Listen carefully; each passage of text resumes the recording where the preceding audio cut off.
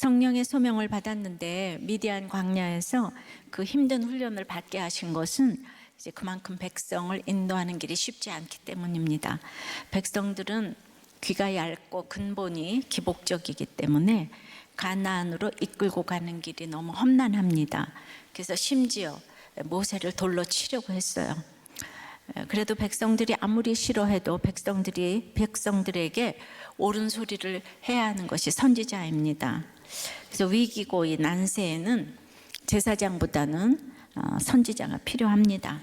그러나 사람들은 우리가 이제 예레미야가 너무 죄를 많이 져서 바벨론으로 가야 한다 외쳤을 때 거짓 선지자 하나니아는 아니다, 걱정 마라, 성전의 기명이 다시 다 돌아올 것이라고 외치니까 그 말을 너무 좋아했어요. 사람들은 잘 된다는 말을 너무도 듣고 싶어 합니다. 몇 년 있다 망한다 뭐 이런 건 듣고 싶어 하지 않아요. 그러니 성령의 소명을 받은 성령의 선지자는 외로운 길을 가야 합니다. 성령의 선지자에 대해서 오늘 생각해 보겠어요. 첫째로 하나님의 명령을 예수님을 통해서 말하는 자입니다. 37절에요.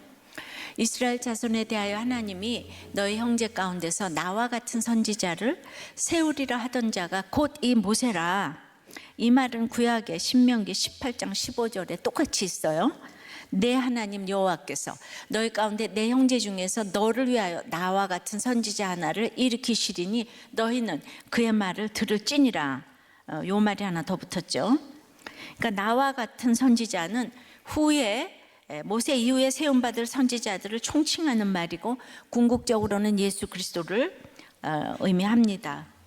근데 바로 이 말을 너희가 그렇게도 대단하게 여기는 모세, 바로 이 모세가 이 말을 했다는 거예요. 소명이 임하는 것은 예수 그리스도가 임함과 같습니다. 그래서 소명은 예수 그리스도의 구원이 이해되기 시작하고 세상으로 보냄받는 것이 무엇인지 선명하게 이해가 되기 시작하는 것이에요. 그러니 너희는 하나님이 세우신 이 선지자이신 예수님이 오시면 그분의 말이 다 하나님의 말이니까 들으라고 예전에 이미 신명기에서 예언을 했었다는 거예요. 그러니까 하나님의 명령은 오직 예수님을 통해서만 들리는 거예요. 근데 모세는 예수님의 그림자였지만은 오실 예수님은 실체라는 것입니다. 근데 이제 이렇게 15절 얘기하고 신명기 그 16절에 그다음 현대인의 성경으로 읽으면은 이것은 여러분이 시내산에 모이던 날에 여러분이 직접 여호와께 구한 것입니다. 그때 여러분은 죽을까봐 두려워서 다시는 여러분의 하나님 여호와의 음성을 듣지 않게 하고 그 무서운 불을 보지 않게 해달라고 간청하였습니다. 지난주에도 본문 나왔잖아요. 모세가 막 두려워했잖아요. 근데 백성들도 똑같이 이렇게 이제 두려워했다는 거예요. 그랬더니 17절에 여호와께서 내게 이르시되 그들의 말이 옳도다 하시는 것이에요. 그러니까 하나님이 백성들이 두려운 것을 인정해 주시는 거예요. 왜 안 들리냐 하는 것이 아니라 너희들이 안 들리는 것도 옳다 맞다 그러세요. 그러니까 목장에서 이 말씀이 이해 안 된다 그러면 집사님이 이해 안 되는 게 맞아요 이렇게 얘기해 주시라는 거예요. 어떻게 안 들릴 수가 있어 이러지 말고요. 아니 그들이 듣기 싫어서 안 듣겠습니까? 안 들리니까. 악하고 음란한 이 세대는 안 들리니까 믿음이 좋은 사람만 봐도 광신 같아서 싫고 교회를 다니면 재미가 하나도 없을 것 같아서 싫고 그래서 그런 사람과 결혼하기 싫은 거예요. 그러니까 스펙 좋고 돈 있는 사람이 믿음 있는 여자라고 결혼하나요? 남자라고 결혼하나요? 안 하지요. 불신자가 돈이 많고 스펙이 좋으면 믿는 것을 싫어할 확률이 거의 100%라고 해도 과언이 아니에요. 그러니까 우리 믿는 청년들이 안 믿는 외모에 미모에 스펙에 재물을 따라서 내가 믿게 할 거야 이러면서 가는 건 사실은 말이 안 되는 게 세상과 하나님은 겸하여 섬길 수가 없어요. 완전 반대니까 좋아할 수가 없는 거를 자꾸 합리화시키려고 하죠. 저를 인간적으로 좋아하는 사람들도 제 간증 테이프 하나만 주면은 무서워서 그 다음에 안 와요. 제가 믿음이 너무 좋아서 남편이 죽었다 이렇게 생각하거든요. 바로 이거예요. 근데 하나님은 그들의 믿음은 거기까지니까 어떡하겠니 이러면서 우리를 양육하시는 거예요. 그러니까 매사에 자꾸 왜 뭐 이런 질문을 하질 마세요. 애고 어른이고 회사고 가서 왜 당신은 그래 이딴 얘기 좀 하지 마시고. 그래요? 하나님도 그들이 옳다 이러잖아요. 그래서 이런 과정이 있는 것을 알아야 합니다. 그러니까 어떻게 말씀하십니까? 우리도 어떻게 처방해야 합니까? 중재자, 중보자, 그러니까 예수 그리스도가 필요한 거죠. 그래서 18절에 내가 그들의 형제 중에서 너와 같은 선지자 하나를 그들을 위하여 일으키고 내 말을 그 입에 두리니 내가 그에게 명령하는 것을 그가 무리에게 다 말하리라. 지금 이제 아까 15절 얘기를 또 지금 반복하시는 거죠. 그러니까 이 모세가 받은 소명 중에 가장 중요한 이 사명은 예수님에 대한 예언을 받은 것입니다. 하나님의 말씀을 이제 모세에게 주었는데 모세는 부분적으로 주었고 모세가 나 같은 선지자 하나를 보내리니 그 예수님인데 그 예수님에게 하나님의 말씀을 다 주셨기 때문에 예수님만 믿으면 말씀을 통해서 하나님을 다 알 수 있게 된다는 거예요. 그러니까 근데 그 예수님은 또 제자들에게 그 모든 말씀을 다 주셨기 때문에 우리는 그 제자의 제자가 되어서 예수님의 제자가 되어서 모두가 성령의 선지자가 될 수 있는 것입니다. 아멘. 그러므로 우리도 예수 그리스도가 임해야 하나님의 말씀이 더 이상 무섭지 않고 기쁘게 들리는 거예요. 그러니까 예수님이 임하지 않았기 때문에 세상적으로 남편이 죽는 게 무섭고 뭐 떨어지는 게 무섭고 암이 무섭고 이러는 거지. 예수님이 임하면 하나님의 말씀이 다 내게로 들어오는 거기 때문에 예수를 믿어야 되는 거죠. 다시 사도행전으로 돌아옵니다. 38절에 시내산에서 말하던 그 천사와 우리 조상들과 함께 광야교회에 있었고 또 살아있는 말씀을 받아 우리에게 주던 자가 이 사람이라. 사도행전 6장에 스데반은 거룩한 곳과 율법을 거스려 말한 죄목으로 체포되었잖아요. 근데 그 율법을 하나님께서 주신 살아있는 말씀으로 표현을 해요. 원어로 보면은 이것이 3인칭 역격 대명사이기 때문에 신의 산에서 그에게 말하던 그 천사이고 그 30절에 지난번에 불꽃 가운데서 말하던 천사와 같다는 거죠. 그러니까 이 천사는 성육신 이전에 성자 하나님이신 예수님이 지금 모세에게 말했고 예수님이 모세에게 율법을 주셨다 이 얘기입니다. 그러니까 구약의 최초의 교회가 광야교회이고 광야교회의 리더 선지자가 모세고 모세는 예수님께 살아있는 말씀을 받아 백성에게 전해주던 사람이었다 이거죠. 자, 쉽게 설명하면 일생 죄에 매여 종노릇하다가 사망을 월급으로 받는 것이 우리 인생이에요. 근데 죄의 매인 결박이 너무 강해서 이제 가나안으로 가고자 할 때 이런 성령의 선지자인 예수님과 모세 같은 이가 있어야 합니다. 그런데 내가 구원의 길로 이끌라고 가나안 여정을 시작했는데 백성들이 좋아하는 게 아니고 원망하고 돌로 치는 거예요. 그런데 성령의 선지자는 그들을 위해서 생명 내놓고 기도한다고 나오잖아요. 그래서 리더인 이 모세를 그 원망하고 돌로 칠 때 이걸 받아내야 되기 때문에 이 리더인 모세를 쓰시기 위해 미디안으로 보내 훈련시키셨다가 데려오신 거예요. 예수님도 아들이시면서도 받으신 고난으로 그 히브리서 5장 순종함을 배워서 온전하게 되셨은즉 모세도 미디안 광야의 고난을 통해서 이 예수님을 알아보고 만났습니다. 그러나 모세는 위대한 선지자였지만은 메시아는 아니었어요. 그런데 우리는 그 예수님의 그 말씀을 직접 듣게 되니 이 얼마나 복인입니까? 내 인생에 예수님이 오시는 사건은 그러므로 말씀이 들리는 사건입니다. 하나님의 살아있는 말씀을 주신 자가 모세이기 때문에 이 모세가 말한 분이 그리스도라면 오늘 신명기에서 들어라 그랬잖아요.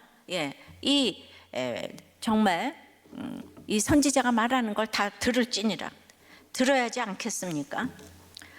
그런데 바로 그 모세가 예언한 위대한 선지자가 스데반이 이 법정에 서기 불과 몇 년 전에 진짜 오셨다는 거예요. 성경은 말씀을 이루는 거잖아요. 여러분들 이해 잘 되세요? 하나님이 모세에게 말씀 주셨는데 모세는 예수 그리스도를 예언했어요. 모세에게는 일부분을 줬는데 예수님에게는 하나님의 모든 말씀을 다 주셨기 때문에 예수 그리스도를 통해서만 하나님은 말씀을 하시니까 내가 말씀을 깨닫고 안 깨닫고는 주님이 내 인생에 들어왔나 안 들어왔나, 예수님을 만났나 안 만났나, 학벌과 스펙이 소용이 하나도 없다는 거예요. 그걸 우리들 교회에서 보면 증명이 되고 있지 않습니까? 적용해 보세요. 그러니까 여러분은 말씀을 들을 때 두렵습니까? 꿀송입니까? 손들어 보라 그러고 싶지만은 프라이버시를 인해서. 그러니까 여러분 인생에 예수님이 오셨습니까? 아직도 잘 모르겠습니까? 이 말씀이 어렵다, 안 들린다 하는 사람은 아직 예수님을 만나지 못한 거죠. 그래서 성령의 선지자는 그렇게 해서 하나님의 말씀이 예수를 통해서 임했는데 그 다음에는 룰루랄라가 아니라 두 번째는 거절하는 자들에게 보냄을 받는다는 거예요. 39절입니다. 우리 조상들이 모세에게 복종하지 아니하고자 하여 거절하며 그 마음이 도리어 애굽으로 향하여, 그러니까 살아있는 하나님의 말씀을 주셨는데 들리지 않는 자는 그 마음이 하나님과 반대인 그 애굽 세상으로 향하는 거죠. 하나님은 400년 동안 노예 생활을 하던 사람들을 지금 끌어내셨어요. 그런데 이들은 툭하면 애굽, 마음이 돌아가는 곳이 애굽이에요. 정신이 돌아가면 마음이 돌아가고 마음이 돌아가면 몸이 돌아가는 거죠. 그래서 뭐든지 원천 봉쇄해야 돼요. 이렇게 몸이 만나면 마음과 정신이 다 또 돌아가는 거죠. 몸은 꺼내왔는데 몸이 기억하는 그리움이 남아 있어요. 그들이 그리워했던 것은 정말 대단한 게 아니에요. 하찮은 마늘 부추예요. 이것 때문에 노예에서 해방된 것은 잊어버리고 다시 돌아가겠다는 거예요. 여러분들이 원하는 게 다 마늘 부추예요. 그래서 자신들을 구원해준 모세를 원망하며 후에 돌로 치기까지 했잖아요. 노예로 사는 것을 구해주었는데 다시 노예로 돌아가고 가고파. 이거를 바로 노예의 근성이라고 하는 거예요. 그래서 출애굽기 25장부터 30장까지 보면은요, 성막 지으라는 명령을 하시고, 그 명령하셨으면 31장부터 지어야 하는데 안식일 이야기로 31장으로 마무리를 하시는 거예요. 그러니까 성전의 마무리는 안식이라는 거죠. 그리고는 32장부터 또 줘야 되는데 32장부터 34장까지는 글쎄 모세가 이제 그 명령하고 이제 받으러 올라갔는데, 십계명 받으러. 근데 거기에서 금송아지를 만들어서 섬기고, 그러니까 이제 내려오다가 돌판을 막 깨트리고, 그래서 그것에 벌로 3,000명이 죽임을 당하고, 그리고 모세는 생명책에서 자기 이름을 지어도 백성들을 살려달라는 또 기도를 하는 거예요. 그러니까 3,000명이 죽은 것도 모세 때문이고 살아난 것도 모세 때문이고. 그러니까 백성들이 그 깽판을 치는데 성령의 선지자는 이래도 중보를 하고 저래도 중보를 하는 거예요. 그리고 나서 다 죽고 모세의 중보 기도를 들으시고 이제 35장부터 성막을 짓기 시작하는 거예요. 가나안 행군을 시작했는데도 또 문제가 생기고, 우리들의 노예 근성은 잊을만 하면은 튀어나오고, 끝없는 성도의 여정입니다. 거기에 성령의 선지자가 있습니다. 신앙생활 놓지 않도록, 큐티가 끊어지지 않도록, 결혼 생활을 끝내지 않도록 끊임없이 성전을 지어가게 하는 목숨을 내놓는, 너무 기가 막혀서 큰 소리로 돌판을 깨트리기도 하고 그들을 위해서 목숨을 걸고 기도를 해주는, 이게 다 양쪽을 할 수 있는 이런 사람이 성령의 선지자인 거죠. 그런데 조금 힘들면, 우린 조금만 힘들면 이스라엘 백성처럼 애굽에 가면 쉼이 있을 것 같아요. 쉬려고 그냥 자꾸 애굽으로 몸이 돌아가는 거예요. 성도의 목적은 서는 것이지 쉬는 게 아니라고 그랬죠. 잘 서야 쉼이 있어요. 내가 거룩하니 너희도 거룩하라고 하신 것이 바로 안식이고 쉼입니다.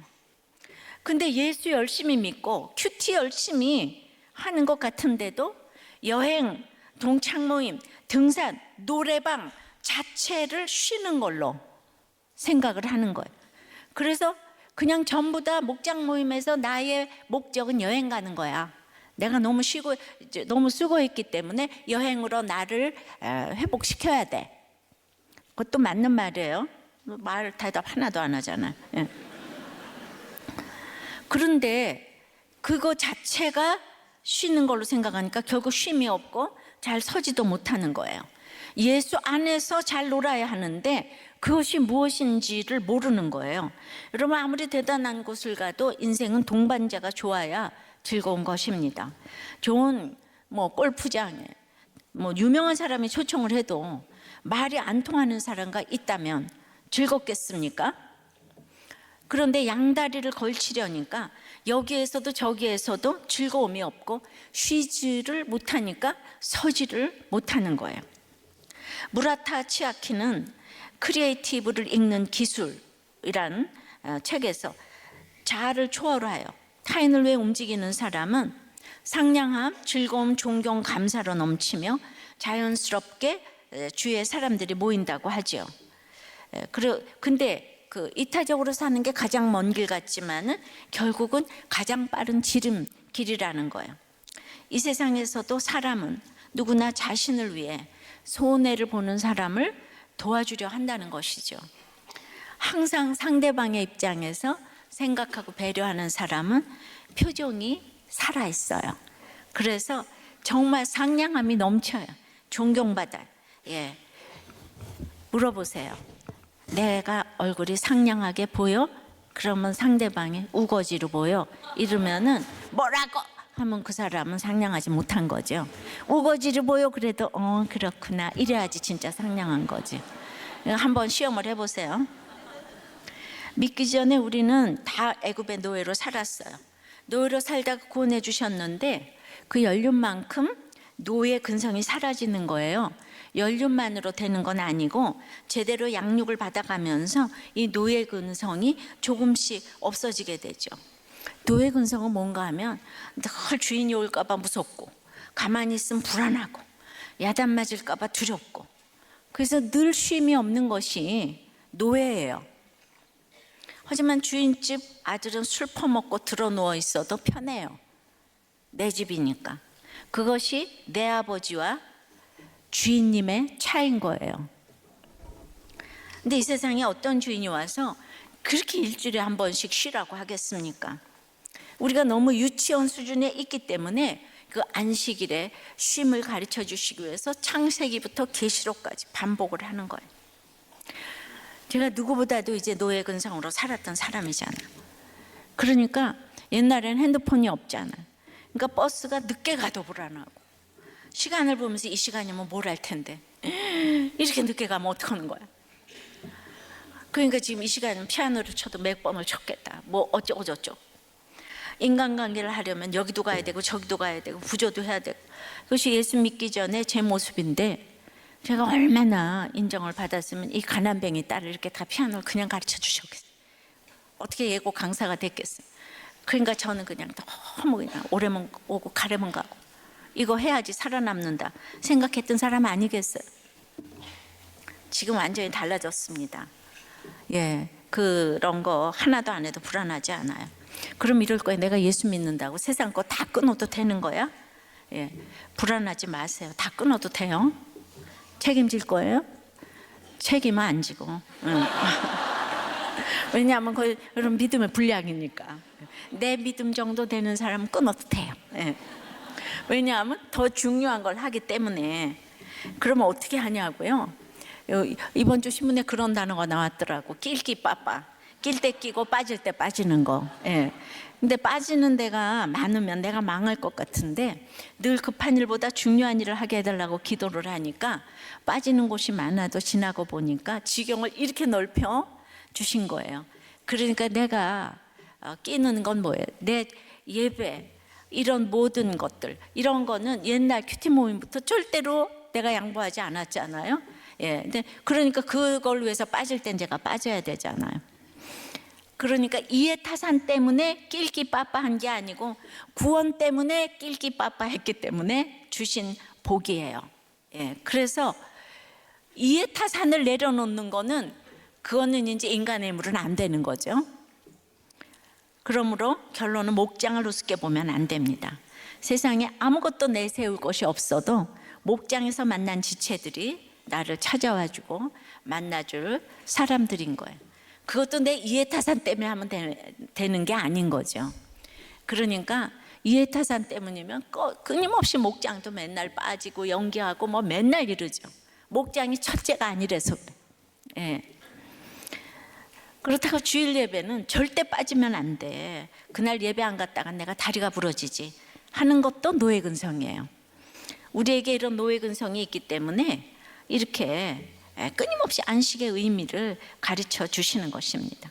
그래서 우리는 어려서부터 잘 몰라요. 그래도 몸이 기억하도록 어려서부터 주의를 지킴으로 안식의 의미를 가르쳐 주는 거죠. 그 의미를 배워야지. 그 의미를 모르고 이제 나갔다 들어갔다만 하게 되면은 사건이 왔을 때 다 나가 넘어지는 거예요. 교회 다녔는데 뭐 바람을 폈다 그래도 넘어지고, 부도가 났다 그래도 대학교 떨어졌다 그래도 넘어지고, 안식의 의미를 모르기 때문에 잘 서라고 안식하라는 건데 맨날 쉬려고 여행 다니니까 서지를 못하는 거죠. 이제 안식의 의미를 어려서부터 이 구속사적인 큐티를 들려놓으면은 지금은 모르나 후에는 알리라, 사건이 오면 알리라. 자, 성령의 선지자 세 번째는 금송아지 우상을 물리쳐야 합니다. 40절이에요. 아론더러 이르되 우리를 인도할 신들을 우리를 위하여, 우리를 인도할 신들을 우리를 위하여 만들라. 애굽 땅에서 우리를 인도하던 이 모세는 어떻게 되었는지 알지 못하노라 하고, 이거는 또 출애굽기 32장 1절을 또 인용한 거예요. 모세 보고 출애굽기에서는 이 모세 곧 우리를 인도하여 낸 사람이라고 표현을 해요. 여러분이 죄가 없는 데서 이 믿음이 약간 떨어지면 그 여자 있지 그 사람 이렇게 얘기를 하지는 않으시나요? 여러분들의 남편이 그러나요? 시어머니가 그러나요? 모세가 안 보이니까 금세 우리를 인도할 신들을 우리를 위하여 만들라고 인본주의로 딱 바뀝니다. 인본주의로 바뀌니까 신본주의인 모세를 딱 무시합니다. 우상을 만들라고. 그래서 십계명의 1, 2계명을 아무렇지도 않게 어기는 거예요. 그러니까 모세는요, 성령의 선지자 모세는 백성의 밥인 거예요. 모세의 헌신적 기도와 봉사는 평범할 때는 뭐 그런가 보다 했는데 문제가 생기면은 원망을 집중적으로 받아내는 밥통이에요, 밥통. 그래서 외로운 길이에요. 힘들면 모든 걸 여기다 탓을 하게 돼 있어요. 눈에 보이는 기적이 있을 때는 모세여 하면서 다 하나님 믿는 것 같아요. 그런데 하나님이 아니라 모세를 붙들었기 때문에 모세가 안 보이면 금세 버립니다. 여러분이 목사인 저를 붙들면 떠나게 됩니다. 하나님을 붙들어야 되는데 저를 붙들었기 때문에 조금만 문제가 생기면 다 떠납니다. 그렇게 좋다고 했다가 다 떠납니다. 교회를 통해서 하나님이 일하시지만 저를 붙들라고 하나님이 역사하시는 게 아니죠. 저를 통해서 하나님을 붙들어야 돼요. 그런데 다 사람 자체가 우상이 되다 보니까 뭐 한국도 그렇지만 한국은 이제 그러지 정도까지는 아닌데 이민교회 목사님들이 출타를 할 수가 없대요. 뭐 다 이유가 있지만 다녀오면 다 부목사가 교인들 데리고 나간대요. 예. 그래서 한 뭐 2주일 뭐 한 달만 갔다 와도 다 나갔다고. 곳곳에 당겨보니까 그런 얘기가 있더라고요. 출애굽기 32장에 금송아지 사건이 나오는데요. 그러면 왜 이렇게 광야 여정에 그 모세가 400년도 살았고 지금 40년 광야길에 지금 40일 십계명 받으러 올라갔는데 그냥 불안한 거잖아요. 모세가 안 보이니까 불안해요. 그래가지고 이제 금송아지를 만들어 놓고 하나님이라고 섬기잖아요. 그 불안함의 근원에는 바로 금송아지가 돈이잖아요. 예, God is gold잖아요. 멀리서 보면 시력이 안 좋으면 똑같이 보이잖아요. 그래가지고 돈이 있어요. 그러니까 예배도 이거 다 불안함 때문에 드리고 이거 돈 때문이죠. 세상에 나가서도 교회 와서도 돈 때문에 다 불안하게 살아가는 거예요. 그러니까 내가 아무리 예배를 드려도 다음 절에 보면은 내가 네 예배를 내가 안 받았다 하나님 그러세요. 예. 내가 늘 이제 모든 것의 끝에 돈이 있다고 늘 얘기하잖아요. 세상 박사님들은 이런 것들을 이렇게 증명하시더라고요. 연세대 김영훈 교수님의 칼럼이에요. 결혼 상대자를 선택할 때나 회사에서 직원을 뽑을 때 등 다른 사람들의 인품을 빠른 시간에 정확하게 파악하는 게 너무 중요한데 그럼 어떻게 파악하냐? 많은 사람들이 궁금해하는 질문이라는 거예요. 그래서 그 사람의 말을 어떻게 하는지 주의 깊게 관찰하고자 하지만 사람들은 자기 이익을 위해서 얼마나 속과 겉이 다른 말을 하는지 모른대요. 그래서 말보다는 행동을 봐야 할 것 같지만은 속이고자 들면은 그것도 이제 믿을 수가 없다는 거죠. 가장 쉬운 방법은 사람들이 어떤 일에 가장 많은 관심을 가지는지 그리고 어떤 일에 가장 많은 시간을 투자하는지 보면 알 수가 있다는 거죠. 하여튼 이게 굉장히 긴 건데 랄랄라 해서 결론적으로 사람들이 가장 많은 관심을 가지는 것은 다름 아닌 돈이다. 결론적으로 돈을 어떻게 쓰는지 보면 그 다음에 돈을 지금 이제 어떻게 그 돈을 위해서 시간을 투자하고 있는지를 이렇게 보면 그 사람이 어떤 사람인지 알 수 있다는 거예요. 돈이 인생에서 가장 소중하기 때문에 마음과 본심을 조금 지내다 보면은 숨기기가 어렵다는 거죠. 그래서 항상 갈등과 다툼의 끝이 돈을 다루는 태도인 것을 보면 돈이 인품의 핵심이라는 거예요. 이게 분명해 보인다는 거예요. 이것은 돈의 인색화라는 얘기를 하는 게 아니에요. 또 열등감으로 인해서 돈을 풀어가지고 모든 거를 해결하라는 거. 이게 다 문제인 거죠. 인색해도 문제고 낭비여도 문제예요.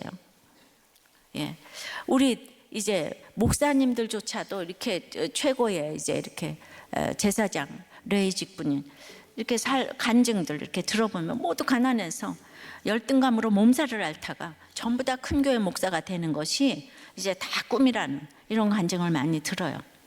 그러니까 이제 가난이 삶으로 쌓였기 때문에 당연하게 여겨집니다. 근데 돈은 또 써보기도 해야 되는데 이 쓸 줄을 또 모르는 것도 문제잖아요. 그렇게 되면 돈이 생길 때 굉장히 또 위험하잖아요. 그러니까 모든 것에 돈의 잣대이다 보니까 그것으로 이제 또 판단이 되니까 돈 때문에 불안하고 그래서 그거를 내가 말씀으로 이제 이렇게 인도를 받으면서 그거는 보이지 않는 데서 분별을 할 수가 있는 거예요. 예. 내가 분별을 하려서 하는 게 아니고 그 사람이 돈을 어떻게 쓰고 어떻게 생각하고 지금 그래서 노름해 보면 그 사람은 금세 성격 나타난다고 하잖아요. 그 게임을 해보면 나타난다고 하잖아요, 그죠? 그러니까 이거를 알게 모르게 분별하는 가장 큰 거예요. 배우자를 선택해도 그렇고 사람들을 자 적용해 보세요. 여러분의 씀씀이는 돈 씀씀이는 인색합니까? 낭비입니까? 여러분들은 전부 다 또 자기 마음대로 얘기하겠지만은 옆에 배우자 보고 물어보세요. 나는 뭐냐? 이렇게 여러분들의 말은 믿을 수가 없잖아요. 돈이 증명을 하니까. 예. 그러니까 너무 인색해도 안 되고 너무 낭비를 해도 안 되는 거예요. 근데 그 중간을 잡기가 진짜 어렵잖아요. 그런데 치우쳐 있는 사람들은 다 문제가 있는 거예요. 성격에도 너무너무 문제가 있는 거예요. 41절입니다. 그때에 그들이 송아지를 만들어 그 우상 앞에 제사하며 자기 손으로 만든 것을 기뻐하더니, 지금 모세가 성막 지을 생각을 하고 금과 은과 노새 사용처를 다 알아서 지금 내려오고 있는데 그걸 못 기다리고 아론은 밑에서 금고리 받아가지고 지금 송아지를 만드는 거예요. 금송아지를. 그러니까 그 40일을 못 기다리고, 우리 목장에서 처방을 하면은 답답증이 나서 적용을 못해. 기다리지를 못해요. 좀 기다려라, 돌아올 거다, 이혼하지 마라, 뭐 이런 얘기를 못 기다려요. 자신이 만든 방법이 지름길인 것 같아서 흥신소를 갖다 붙이고 내가 가서 말하고 끝내겠다. 뭘 끝내기는. 그러니까 가서 맨날 다 된 밥에 코만 빠뜨리고 오는 역할을 여러분들이 하시더라고요. 그러니까 목장 얘기를 좀 들어야 되는데, 그래서 금과 은이 없어지는 방법을 쓰는 거예요. 성막 지을 때 다 써야 될 금과 은인데 쓸데없는 금송아지 만들어서 가루로 지금 다 사라지잖아요. 나중에 이거 다 빠야 되니까. 그러니까 내 욕심이 들어가는 거는 다 쓸데없는 것이 되는 거예요. 그러니까 돈 문제에 대해서 해결이 안 되고, 그러니까 돈이 너무 좋은 거예요. 해결이 안 된 거예요. 너무 아까워. 이것도 해결이 안 된 거죠. 그리고 하나님께 드리는 것을 아까워하는 사람은 나중에 결산을 해보면 남는 것이 하나도 없을 뿐 아니라 도리어 손해보는 인생을 사는 거예요. 아까워서 돈은 가졌는데 애들은 다 망했어. 그 다음에 돈은 다 가졌는데 예수도 안 믿었어. 그리고 이제 병 걸렸어. 쓸 사람이 없어. 이렇게 돈은 벌었는데 마지막에 보면은 결산할 때 손해를 보는 거예요. 어디에 써야 할지 분별을 하기 위해서 큐티를 하고 말씀을 듣고 응답받는 구조 속에서 살아야 합니다. 아론 같은 잘못된 지도자 한 사람이 교회와 집안을 말아먹고 목장을, 회사를 말아먹습니다. 우리들 교회도 큐티를 하니까 돌판을 깨트리면서 여기까지 왔죠. 그리고 또 중보 기도를 하니까 왔는데 사람들 말에 휘둘렸다면 얼마나 수많은 문제가 생겼겠습니까? 그런데도 또 이런 아론과 아들들에게 후에 또 제사장 직분을 위임하라고 하잖아요. 그래서 하나님 명령대로 위임을 했더니 그 아들 나답과 아비후는 불심판을 받고 또 금세 죽었어요. 이런 것을 보면 하나님의 명령은 이 땅에서 잘 되고 잘 살라고 주시는 게 아니라는 거예요. 순종하는가를 보려고 그 명령을 주시는 거예요. 우리가 이스라엘이 너무 말을 안 들어서 지금 바벨론으로 가야 되잖아요. 그런데 지금 포로로 가야 되는 거예요. 우리가 이렇게 지금 기도를 하는 게 전쟁이 안 날라고 기도하는 게 아니에요. 하나님의 뜻이 하늘에서 이루어진가 같이 땅에서도 이루어지기 위해서 가야 될 때는 가야 되는 거죠.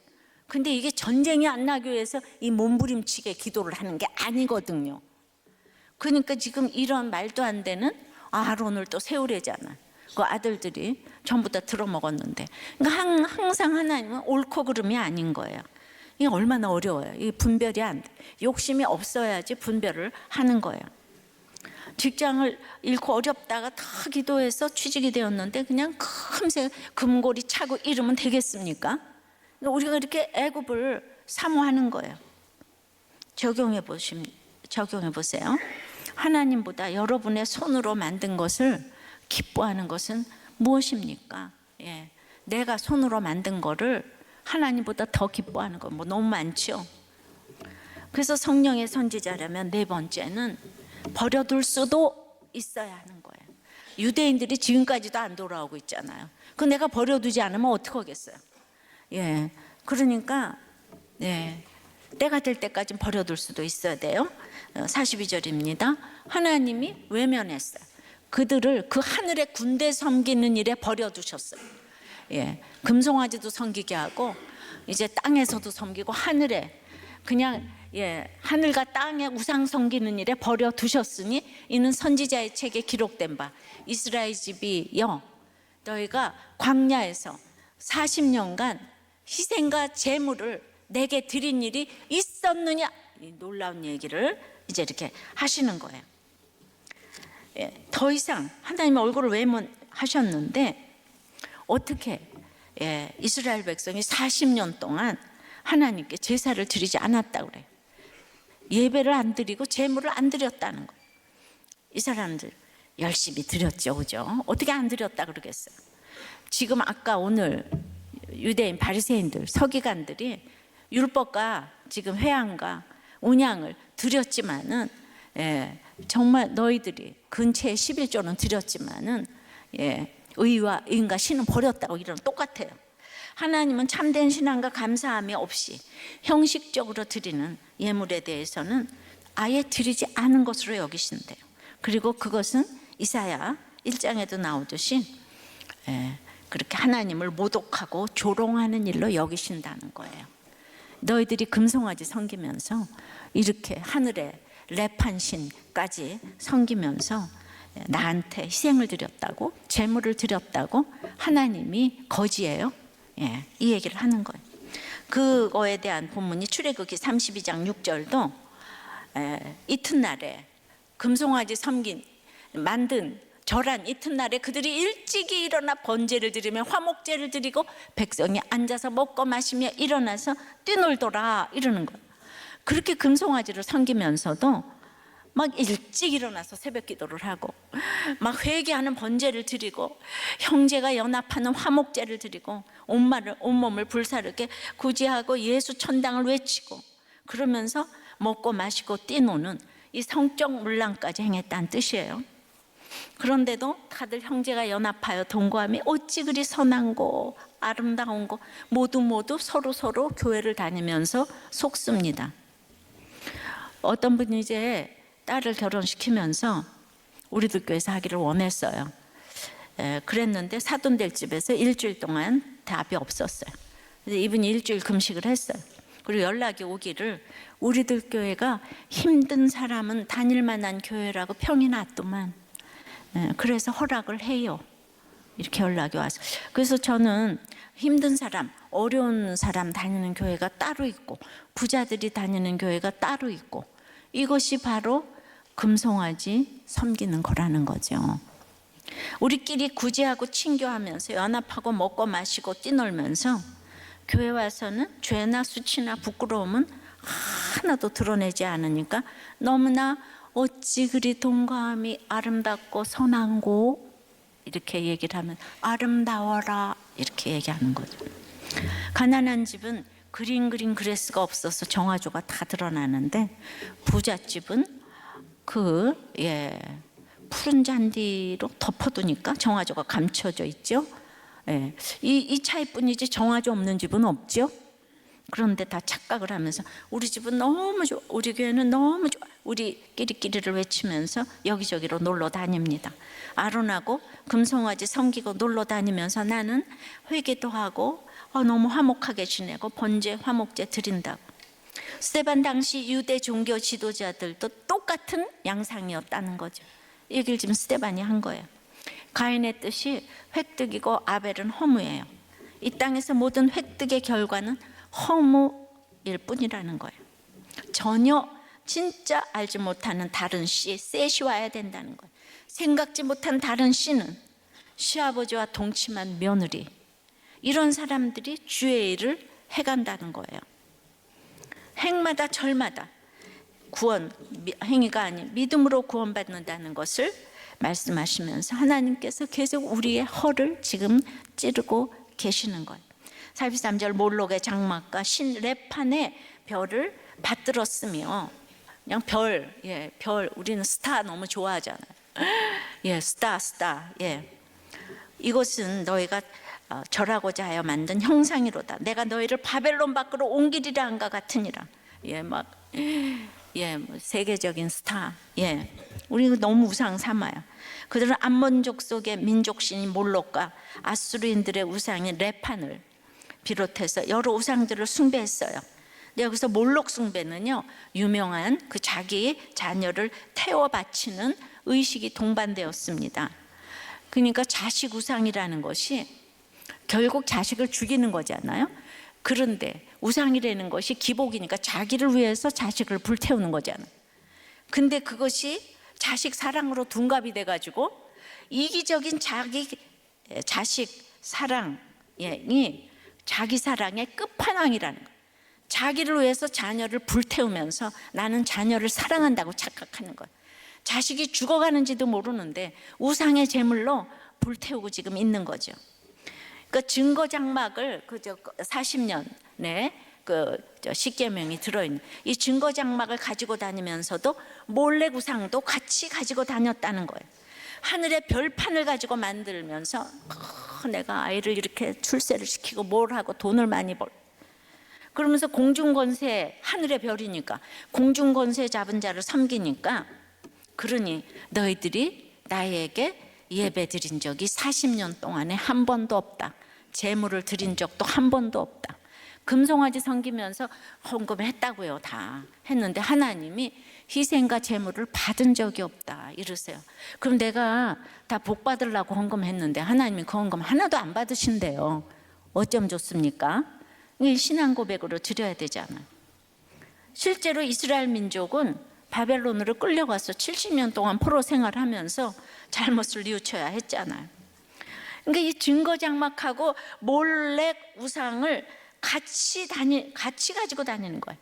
우리나라의 영남 호남이 해결이 안 되잖아요. 근데 다 교회가 많잖아요. 증거 장막을 가지고 교회를 다녀도 끼리끼리는 다 좋아하면서 다 몰래 우상을 가지고 다니는 것처럼 자식 우상, 고향 우상도 다 같이 가지고 다닌다는 거예요. 이 주님이 오시기까지 이게 해결이 안 될 거예요. 그러니까 지금 너희들이 드리는 예배를 내가 받지 않겠노라 이러시는 거예요.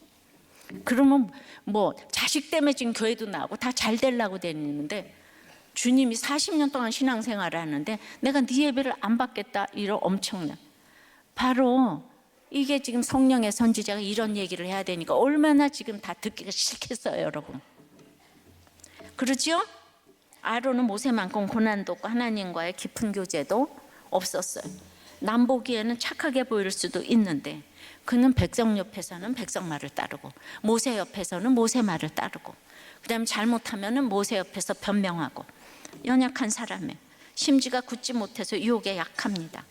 모세와 아론 이 동모델을 보면서 모세는 미디안에 40년을 거쳤잖아. 거친 사람과 안 거친 사람이 이렇게 하늘과 땅 차이예요. 인격적인 리더십은 성령과 말씀과 고난과 훈련에 의해서 나오는 것이지 성품으로 나오는 것이 아니기 때문이에요.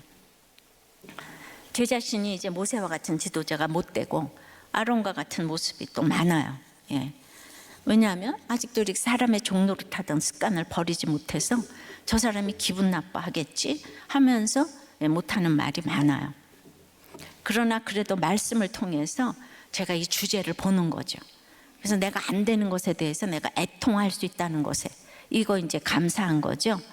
스데반을 신문하는 이 당시 사도행전에 신문하는 유대인들도 AD 70년에 로마 군대에 의해서 완전히 쫓겨나서 세계 각국으로 흩어지게 돼서 이제 없어져 버렸잖아요. 그런데 이제 그랬던 유대인들이 지금 이제 시오니즘으로 이제 1948년에 모여서 이 유대 나라를 형성했으니까 이건 기적인 거죠. 그래서 별 인생이 없습니다. 죄 중에서 가장 미워하는 것이 죄가 우상 숭배고요. 언급했듯이 자신들의 손으로 만든 것을 하나님보다 더 기쁘게 섬기는 거예요. 자녀도 있을 것이고 뭐 남편 아내 돈 다 있을 것이고, 그러니까 그렇게 자식을 하나님보다 더 좋아하니까 그냥 정욕대로 그 마음을 그냥 버려두는 거예요. 상실한 마음대로 버려두는 거예요. 그 너무 잘 되니까. 그러니까 그것이 가장 큰 저주인 거예요. 정욕대로 살게 내어버려둠을 당하는 거. 이생의 자랑 안목의 정욕, 육신의 정욕대로 살게 내어버려둠을 당한 자, 상실한 마음대로 살게 내어버려둠을 당한 자, 로마서 1장에 다 나와 있죠. 이게 가장 큰 저주인 거예요. 그래서 모세가 살인자로 간 것이 신의 한 수라 그랬잖아요. 왜냐하면 이 땅이 너무 짧기 때문에. 그러니까 이렇게 우상을 숭배하면 그리스도도 진리도 교회도 결국 대적하는 자가 되고 말아요. 자식 때문에 지금 내가 자식이 제일인데 뭐 하지 말라 그러면 교회를 대적하겠죠. 결혼도 막으면 대적하겠죠. 적용해 보세요. 여러분이 상실한 마음대로 버려두고 정욕대로 살게 버려둔 자는 아닌지요. 무엇 때문에 지금 버려둠을 당하고 있습니까? 자식입니까? 식구들입니까? 돈입니까? 건강입니까? 명예입니까? 아무것도 할 수 없는 죄인. 이 자리에 서 있습니다. 주여, 주님이 원하시는 그 자리까지 저는 할 수 없으나 언제나 내 모습 너무나 부끄러운 이 모습을 주님께 내려놓사오니 성령의 선지자 한 사람이 서 있을 때 우리 모두 성령의 선지자가 되어서 모든 사람들을 돕게 되는 성령의 소명을 행하게 될 줄을 믿습니다. 아멘.